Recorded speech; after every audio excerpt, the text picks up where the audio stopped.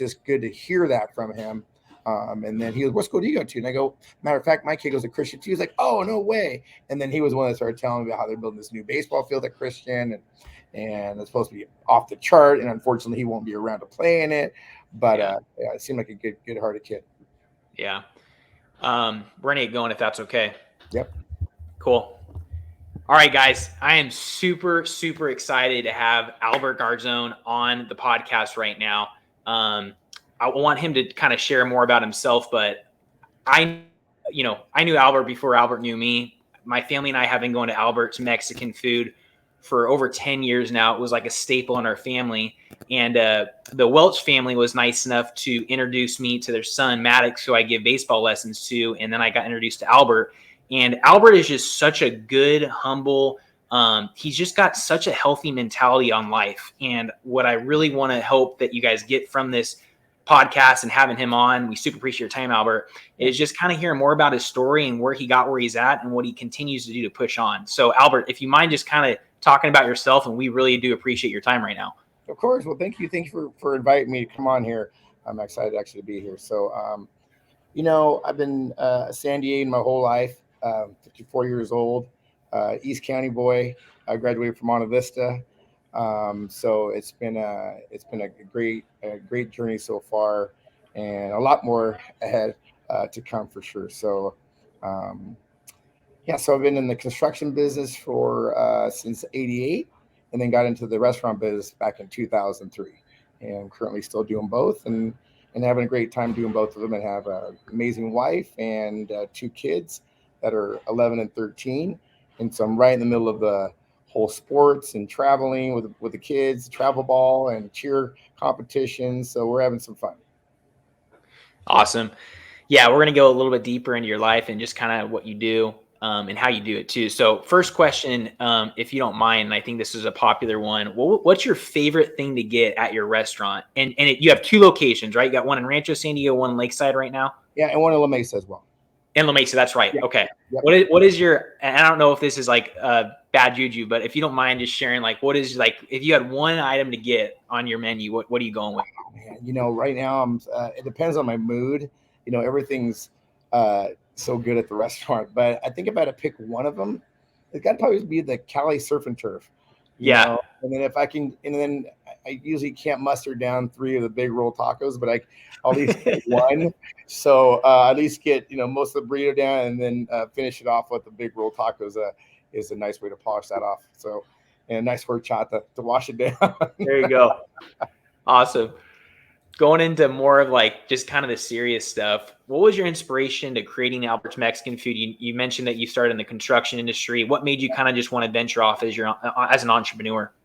Well, after being in the business for so long in construction, I've seen the ups and downs, and the downs are never fun in construction. I mean, when it's down, and it's just you fight for yourself and try to make ends meet. And I got to the point. And luckily, I got into the restaurant business. But in 2006, I think anybody that was in construction, or just the economy in general, it got so bad. So fortunate for me, in late 2002, when we were probably the busiest we'd ever been in construction, I had a great customer in Coronado by the name of Joe Bartacci. And he had mentioned to me about how much work we both had. And we also got into the subject about, he was an older guy, so he had seen the whole cycle come through a couple different times, and he had mentioned to me, "What are you going to do, Albert, when construction slows down? Because it can't stay the way it is." And I honestly thought about it, and I said, "Hey, I really, really don't know, Joe. I don't know what else I know other than construction." He's like, "Well, why don't you go home tonight and think about it? What would you do? Because construction is going to slow down." And I thought about it. And I said, something, I got to work for a couple more years, and at least busy on the books. We had future projects that were already on the books, so we knew that we had to work for at least a couple more years. And then, obviously, when I first started this business back in 1988, I struggled, and I was broke, and I couldn't make ends meet. And if I did, they were very, very. I was barely scraping by. So I told myself when I went to bed that night, I go, you'll get ahead of this, and don't let what Joe said get in your head too much. But what if he's right? What if we only have a couple more years left and the economy does take a dump? What are you gonna do? And so I thought about a business that everyone needed. Was it going to be tires? Was it going to be some type of automotive business? And I thought about the restaurant business. And you know, back then, I used to patronize a lot of different taco shops all the time, and and I thought to myself, what about a taco shop? Why not just try a small taco shop, see if you like the business, figure out the business, the do's, the don'ts. And I already had a bunch of different ideas that I wanted to do if I ever had my own. And it kind of just branched off from there. It was Michael. It was such a fast exchange from being in the construction business to being in the restaurant business that it went this easy. I woke up the next morning. I drove to this car wash to get my car washed. I mentioned to my buddy Romeo, who owns Romeo's Car Wash, that I wanted to open up a taco shop. And he had mentioned that, he says, funny you say that. I go, I was playing poker with my friends last night, and they were talking about how they wanted to get rid of this guy that had a taco shop in their center because he was a couple months behind, and he'd always been behind. So he gave me the address, and I went by there and talked to the owner for a minute. And I had a carne asada burrito like most people would, and I only got through about halfway through it, and I just didn't care for it. And then I kind of left there, and I went to the smoke shop next door, and I spoke to this guy named Steve that owned the place about the taco shop next door. So he didn't speak very highly of it, and I thought to myself, it was lunchtime, there was nobody there. His own neighbor next door really didn't patronize him. So I said, something, maybe there might be something here, because it was a super small taco shop. It was only 10 feet wide, 40 feet deep. I figured, why not try this place? So I went back in and spoke to the owner, and we came up with a price, and it was really that quick. But I'm gonna backstep a couple seconds. Before I went and got my car washed, I had my cleaning lady actually at my house, and I mentioned to her that I wanted to open a taco shop, and she says, "Don't you know that Jose, my husband, is actually a manager of a taco shop?" So I took them out to dinner. I mentioned it to Jose that I wanted to open up a taco shop, and he goes, "Well, whenever you're ready, let me know, and I'll come join you."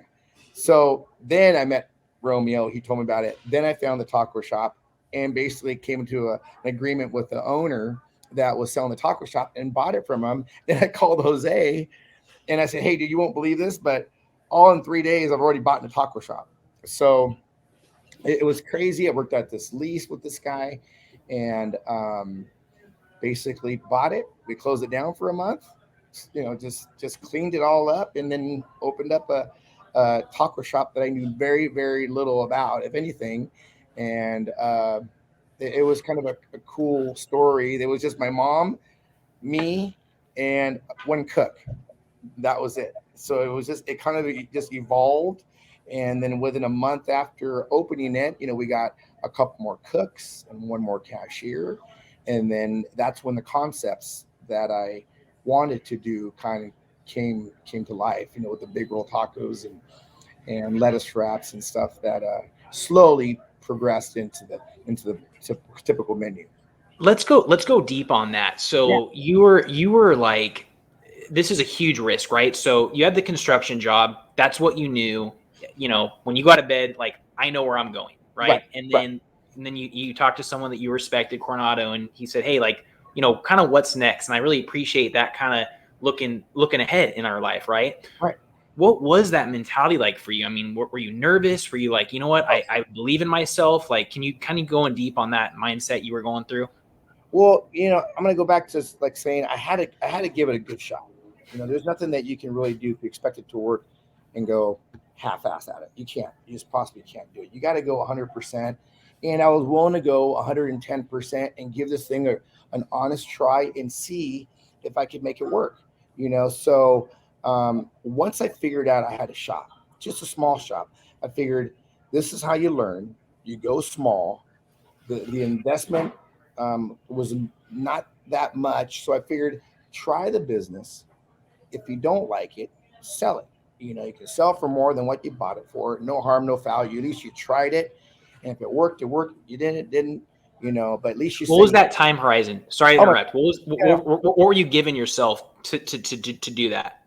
I gave myself 2 years. Okay. I gave myself 2 years, and I figured if I committed to 2 years, and I don't care what business you have, you can't, unless you find something that's absolutely completely unique.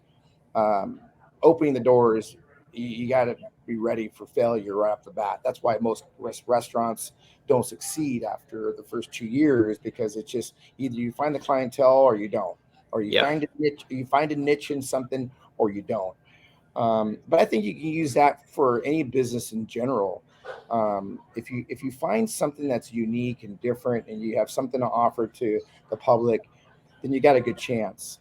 Because if you look out your door and you drive down the street, there's a restaurant or there's a business every 10 feet. There's Yeah. actually a shop left and right, and you kind of trip on that. Drive down Second Street. There's a shoe business here, nail salon here, CVS here, a restaurant there, and there's so much business that if you stop and look around, you go, every person here has a dream, and every person is hoping to make just a living from it, not even to be successful from it. They just want to pay their bills. They I want to love be that. self-employed, and you would be really overwhelmed by how much business there is surrounding you and what goes into getting it to come alive. So it's a big risk, let alone me being busy in construction and having to open this restaurant that I really, really wanted to do. So, yeah, so that was kind of like the beginning of it. It was and obviously there's a lot more to this Totally. story, Yeah. but that was kind of like the basic way, and I got to really give it to my staff. My staff that came to work for me believed in what I wanted to do, and I did something that was out of the box, from from refried beans to black beans and having both, going to wheat tortilla to the wheat tortilla and still having both, doing lettuce wraps, low carb items, to people wanted to try to eat healthier back then, and they still do more now. And I was trying to create something that most taco shops don't have. And that's why I always say, if you can find something unique, Yeah. that and you don't want to try to be like every taco shop in town where everyone's got the same menu. Our menu is so big that sometimes I go, should I cut it in half? But I think that's why it's worked, because they've got so many items that it's just different. It's just different. I even walk in going, gee, what do I want? I mean, it's not like you walk up to In-N-Out Burger and you either choose combination 1, 2, or 3, and you're in and out. It's so funny that you say that, Albert, because I remember, we've been going to your restaurant for so long now, Right. and it is so unique because there's burritos that are used for different cities, right? So Right. there's almost kind of like that pride in like, oh, I think the Lakeside Burrito is better than La Mesa, and there's this like really cool thing where it sounds really silly, but I know if like our family, it kind of like brought the community together. It was like, you talk about the menu at Albert's restaurant, and there's almost like a sense of pride on like my burrito is more popular than your city. 100%. Yeah, and I think that's so cool and so unique, because you're right. When you are starting into a business, it's like, man, there's so many other people that have been doing it longer than me. I came from a general contractor. Right. I come from a background that has nothing to do with running a Mexican food. It's 100% true. The name of the restaurants was so name of the items was so funny. It kind of like, I go to some of these taco shops and I go, everything just sounded so bland. Can I get a bacon egg burrito? You walk on burrito number 1, 2, or 3, and I go, why don't I throw some spice into this, thing? Yeah. But the problem is we had to create more burritos, because there was actually people from certain towns like Santee or even the schools. Like, Granite got upset with me. The Granite High School was like going, really? You got the Norseman burrito, you got the El Cap burrito, you got the Monarch burrito, but where's the Granite? You get a lot of Granite people that come here. I said, hey, you stand by. We're going to come up with something very special for you guys that nobody has.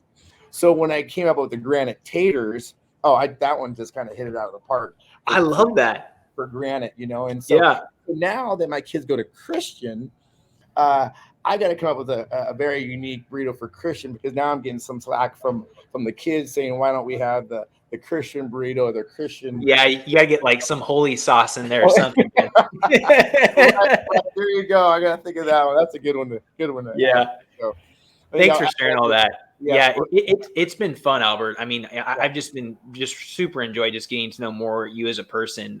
But our relationship started without you really, and this is for most people. I yeah, think it's great that you're a great face for your business, and yeah, super appreciate that. It's fun because I remember that same thing as like a customer.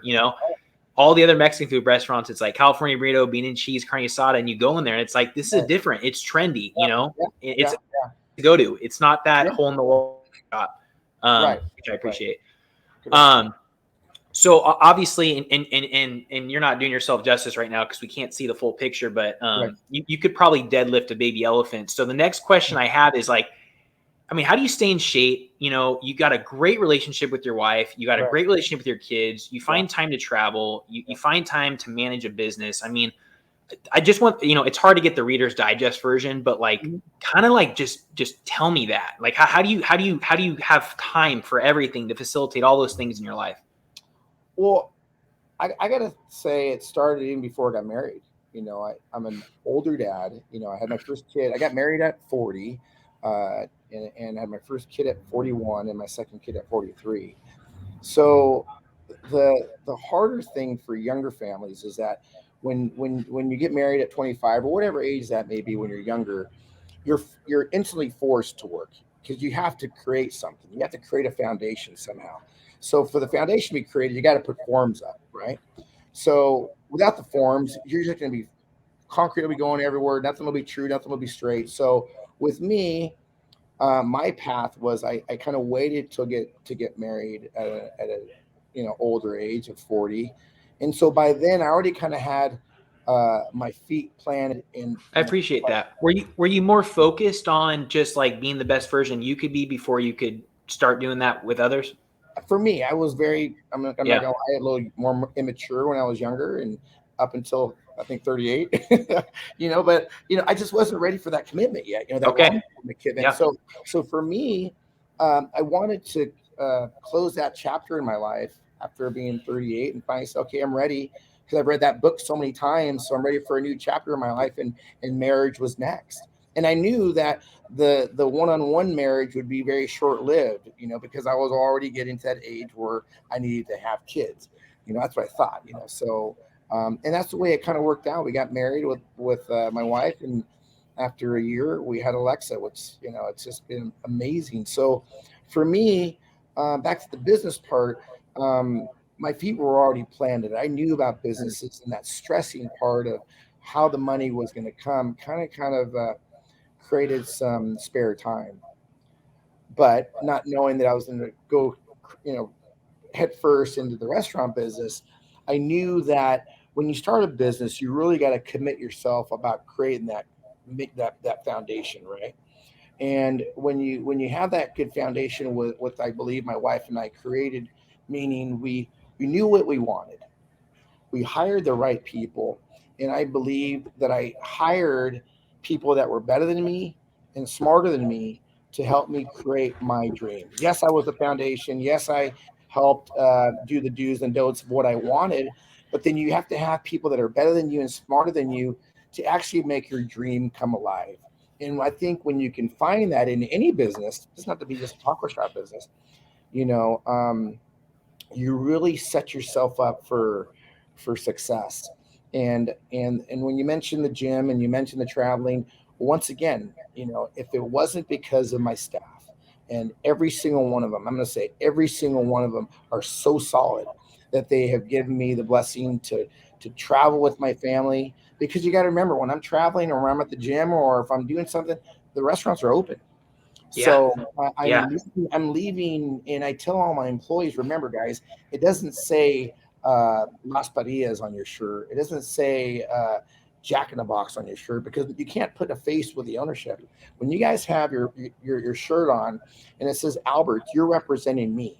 If my friends come in or Michael Stowers comes in and his friends come in and his family come in, I'm only as good as who you guys present me to be. So I think in any business, once you find your core of people, you're going to have a successful, healthy business, depending on whatever you choose for it to be. It can be construction, restaurant. I really don't care. It's just I think it really's got to start with the foundation, and usually it starts obviously with me, and I put my time in as well.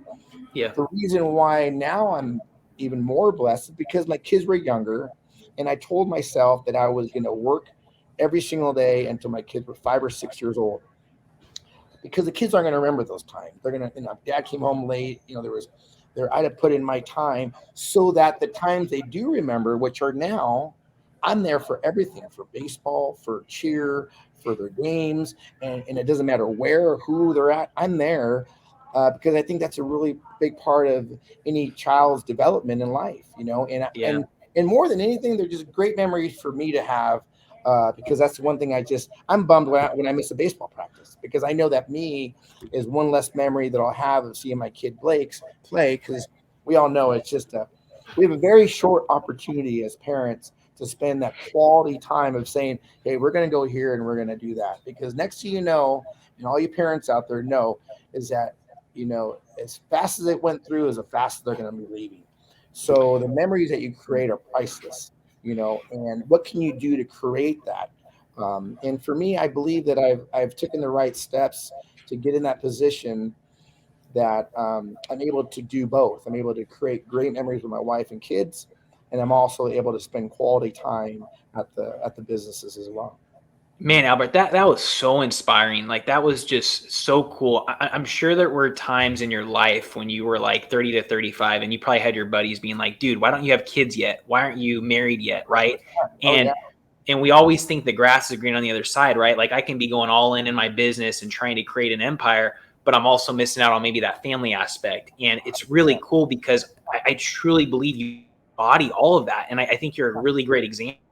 thank you. It's a little bit hard now that you're older, right? You got to stay Yeah, in it is. shape, and It is right. it's a little, I have kids. They want to yeah. wrestle around with me too. So I have a few more years, so I can probably take my kid out right now, and I know he'll pretty soon be taking me out.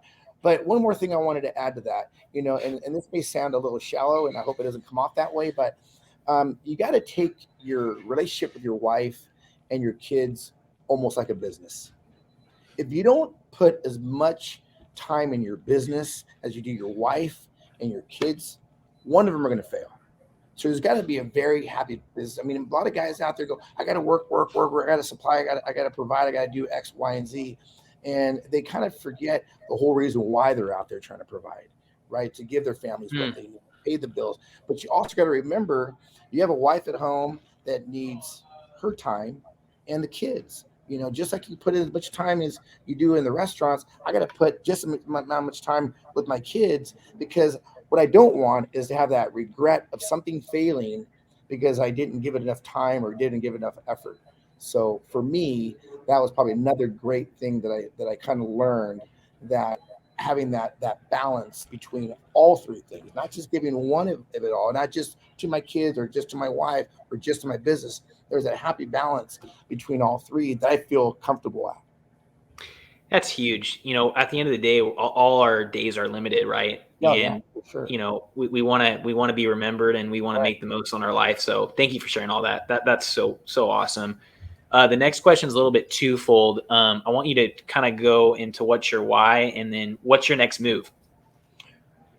I love the business. I think my next move was kind of like taking a couple steps back from construction.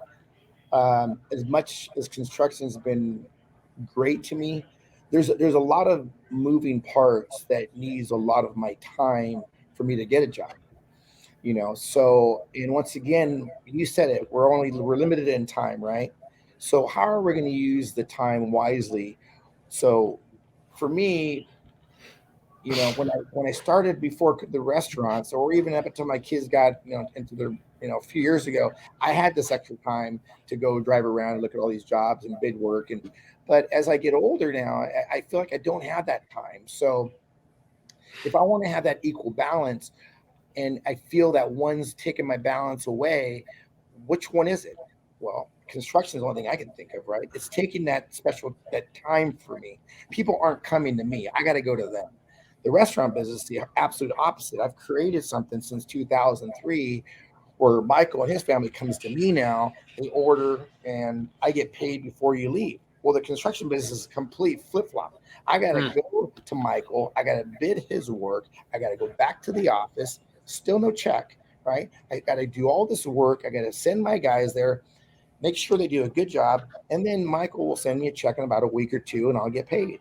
So the moving parts on one business, which that's just the nature of the beast, right? That's just construction, what I said. And then you have this restaurant business where customers come to Albert, they order what they want, they pay me before they leave. So what's one less step that I got to take to try to go look for my money, right? So in all that comes with time. One takes more time than the other business. So that would probably be my next step. It's kind of like tapering away from construction to give my to put my after. I mean, obviously, I'm gonna have some extra time from getting away from construction, which now I can focus on three very important things I got now. I got the restaurant. I'm gonna say four: the restaurant, my wife, my kid, and more myself. Right. So we Yeah. have an equal balance of of, of taking care of all four of these things. Um, the what would also be next? I think trying to find uh, where I'm at financially. What's my final goal? What more does Albert really need? What does the family need? You know, for me right now, I'm in a good place in life. We've got our health, and I think anybody out there knows our health is everything. With Mm. everything that's going on in this world right now, it's everyone talks about the health, right? We're all worried about catching COVID or whatever's out there, or cancer, or just trying to live that healthy life, because without our health we really ain't got much. So trying to take care of that, and taking care of my family, and making the business stronger rather than leaner, talking about the restaurants, because I think when you start putting your eggs in too many baskets, something's going to get leaner. So like I was saying, maybe backing away from construction, focusing more on the restaurants, and giving the extra time more towards my wife and kids. I one of our followers just said, Mr. Albert, just want to say that the big roll tacos are the best invention ever. Thank you very much. And Yeah. that was a cool story too. And that was probably a guy talk, back in 2002, and the guys were saying, well, what would you do different, than other taco shops? And I go, the first thing I would do is make a bigger roll taco. They go, what do you mean? I say, well, I don't know why these guys just don't put more beef or chicken or whatever you want to put in it, and just charge more. Just make it equivalent to what you charge for the small ones. Because gosh, and I think we've all done this, where you bite into a small roll taco and you pull the string of meat out, and you got the string of meat in your mouth, and you're kind of like trying to take it out and trying to shove it back in the little hole, and you're looking down the hole, and you're seeing basically nothing there. So you're going, why don't they just put more beef in this thing and charge you Yeah. more? So that was one of the talks we always said. And I said, so and that kind of started at the restaurant as well. When my Norma, who still works for me, believe it or not, since 2003, made my first roll tacos as she's making them. I'm telling her, hey, add some more beef. I want to try Dude, something. that's huge. Before Albert's, one of my favorite places, kind of, what I'm talking about, Los Ponchos down the Yeah, street. yeah, yeah. They they're great, right? Don't get Yeah, me wrong, but of they course. don't put any meat. They kind of mask it with more rice. Right, And right, right. with the big roll tacos, I mean, and you notice that. I mean, we're from San Yeah, Diego. You yeah. probably have the pickiest clientele in the whole world when it comes to When you're the Mexican mecca food. of Mexican restaurants, you got to find even to this day, when I'm driving around, I don't just go stop at Albert's. I'll go try other taco shops around town, Yeah, just yeah, just kind of see if I can yeah. learn something, or something that just tastes better than what I got, and kind of collaborate that with mine. So but the big roll tacos have been great. So thank you to the person who asked that question. Yeah. For anyone that's looking to start like a new business, whatever it's in, what advice would you give to starting out? Start small. Start small. Don't get overwhelmed. I think Alberts has done what it's done because I started off small. I really think if I would have opened up maybe a size of store like Lakeside or Rancho, I would have been overwhelmed and probably would have failed. There's a lot that people got to remember behind the scene. Having a healthy lease, having a great staff, making sure you pay your vendors, making sure you pay your taxes, make sure that you pay your employees. There's so much that it's just not all about selling burritos and collecting money and going to the bank and make your deposit. There's just a lot that. So whatever business that you choose, I always say start off conservative and grow into the shoes. You know, when you're young, you don't grow into a size 10 right off the bat. You work your way in, because eventually you're going to lose a shoe if it's too big for you, right? So there's no difference in any business that you want to strike. Strike conservative, and then expand from there. Plant the seed, add the water slowly, fertilize it slowly. Eventually, you'll get the fruit from that tree that you grew slowly. And I think that's just like with any business. You got to start off small and then kind of grow into it. I don't have this question on here, but you obviously have a son, Maddox, and he's Yeah. just a great kid. Yeah. What is it? Is there anything about Maddox that inspires you? Like, is there anything about him that you're like, man, I want to be more like that? Like, is there a quality about him that like you admire? Oh man, I mean, well, my son reminds me a lot of my wife. Very witty. It's his smile. He's very outgoing. I don't think he has one bad bone in his body. So, he's just a very well-rounded kid. And very, very blessed to have two amazing kids.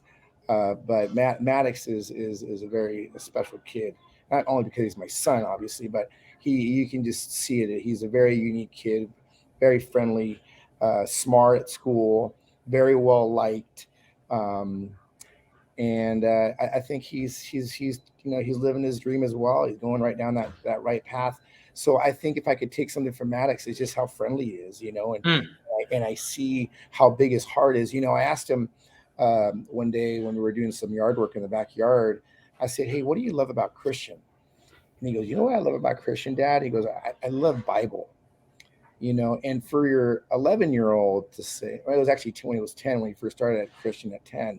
And when he said that to me, I kind of looked over at him, and he didn't mention PE. He didn't mention math. He didn't mention any other class. He had mentioned the Bible. And for me, that was, it struck hard, to me, because out of all things he chose the Bible. And to me, it just was, it just, I felt good about where he's going and the path that he's taking. So to me, I think, there's a lot of little things I can take from both my kids. They're great. They're great kids. So they're just, I don't know that. That one's just. I mean, there's such a broad thing. I wish I could take all those things from Maddox and Alexa, and put it in my own personal life. So I'm very blessed. Yeah, that's awesome. Maddox is such a great kid. I'm one of his baseball coaches, and he's just got such a bright future. And I appreciate, some of the things that we're like, hey, fix it. This thing's kind of admire. Like, I think being hard on yourself is like, there's a healthy quality to that because you kind of want perfection. Right. But you go into a sport like baseball that, I know it sounds so cliche, but you succeed 3 out of 10 times and you're so successful, Right. So right. It's a healthy median, right? It is. So I mean, baseball he loves. He's got a huge passion for it, and I can see it. If he has a bad game in baseball, it really gets him down, and I try to uplift him. I think I had this talk with you a little while ago, and about striking out. He has this huge fear of when he hates striking out, and none of us like to strike out. But I also told him, I go, do you know how many times I've struck out in life, Maddox? And it's when you can finally figure out your swing. And it took me years of striking out to get to the point where I'm in my life and where we're at in our life and why we have what we have and why we do the things we do, because I struck out so many times. But when you can finally figure out that swing, it's finally going to click, and that's what happened with me and just in business in general. When you finally find that niche and you find your swing in life, it just becomes like easy. And people go, well, how did you find it? Well, I can't really explain it. You kind of find it. It just kind of comes natural. And then until then, you swing the bat high or low, and you miss and you strike out, hundreds of times until you finally just find your swing. Yeah. Just kind of makes sense. There's something about being in the zone, right? Like athletes and business owners talk about it. And some of Maddox's best lessons, when I ask him like, hey, what are you doing right? He doesn't know, right? It's just so natural. But I so appreciate you saying that, because it's not that you hit a plateau. It's that you get to a point where you're just maintaining that level of success. It's the consistency, right? Of course, yeah. You take 2 weeks off of the gym, and it's hard. I mean, obviously, like as we get older, you kind of hit a plateau. I can't get any bigger, right? But you want to maintain that consistency, and I think that's super valuable, like for anyone in life, right? Yeah. But I always remember that, like after some of his best lessons, I'm like, hey, like, because I want to know, sometimes when you talk about it, it sticks in your brain more, right? But I love what you said. It's just like, it's just natural. Like you don't know, but but here's the answer. It's all that hard work that you did before. People don't see all the reps that you're taking with the swings, all the rejections that you're taking from your businesses. Like people don't see that, right? So that's really where it comes from. And it's cool when you say that. It's like you get to that point, and then you got to maintain, and then that's being consistent, right? Thank you for sharing that. Last question I got, and again, super appreciate your time. You got your son's championship coming up. Yeah. What advice would you give your younger self, knowing what you know now? Oh man, that's a big question for me. What advice would you give yourself a younger now? Well, if I knew now, I would say I was too immature to have a business at 18, 19 years old. I should have learned my business more. I was kind of force fed into the business, and wanted to have that drive because some other friends were doing the same business that I was in. So I wanted to do it, but didn't know nothing about the business part. Everyone says, see the taco shop part where you walk in, you get a brew, and you walk out. But that's what I saw in construction. Oh, I just saw me putting cement on the wall and getting a paycheck. I get a check. Well, there's a lot to do with that check. You got to pay your bills. You got to learn about the taxes. You got to know about your employees and the rental of your equipment or buying of the equipment or the gas and the insurance and stuff. So I wish the younger Albert would have went and worked for a company for a longer period of time, became a foreman, learned a lot of the do's and the don'ts of the business. Because when you start a business at a young age, you don't know the do's and the don'ts. And not to say that you should ever, even with me in the restaurant business for 18 years, I'm still learning the business. But I've learned a lot. So I think if I was a younger Albert, I wish I would have spent some more time in the construction business, working for somebody and learning that whole business completely. And then same with the restaurant business. I didn't go work at any taco shop ever, so I think I wish I would have probably learned some more, working at a taco shop, because everything that I did was just so forced on, So when I first started the business in 2003, I was underpriced. I wasn't doing things. I had to figure out the do's and don'ts in the restaurant business. So, but that's why I say start small. And I'm happy. That's the one thing I am happy that I did at a younger age. I started off small and didn't get overwhelmed. So two different things there. So got thrown into the wolves, right? Yeah. Exactly. It's so cool what you've created for your family, Albert. We super appreciate your time. This is for me personally, one question left. Is there anything we could be looking forward to? Anything on the secret menu? Anything that you're working on right now? I know we kind of mentioned the Christian burrito. Is there anything that you got coming up that you want to share? I've got another one coming out. It was out a while back. And if I usually don't forget items, but I need to bring in the one back. And it's going to be the Jessa quesadilla, because I got the Alexadilla, right, for Alexa, which is new on the menu, and I've got the Mad Dog burrito, Maddox's nickname, Mad Dog.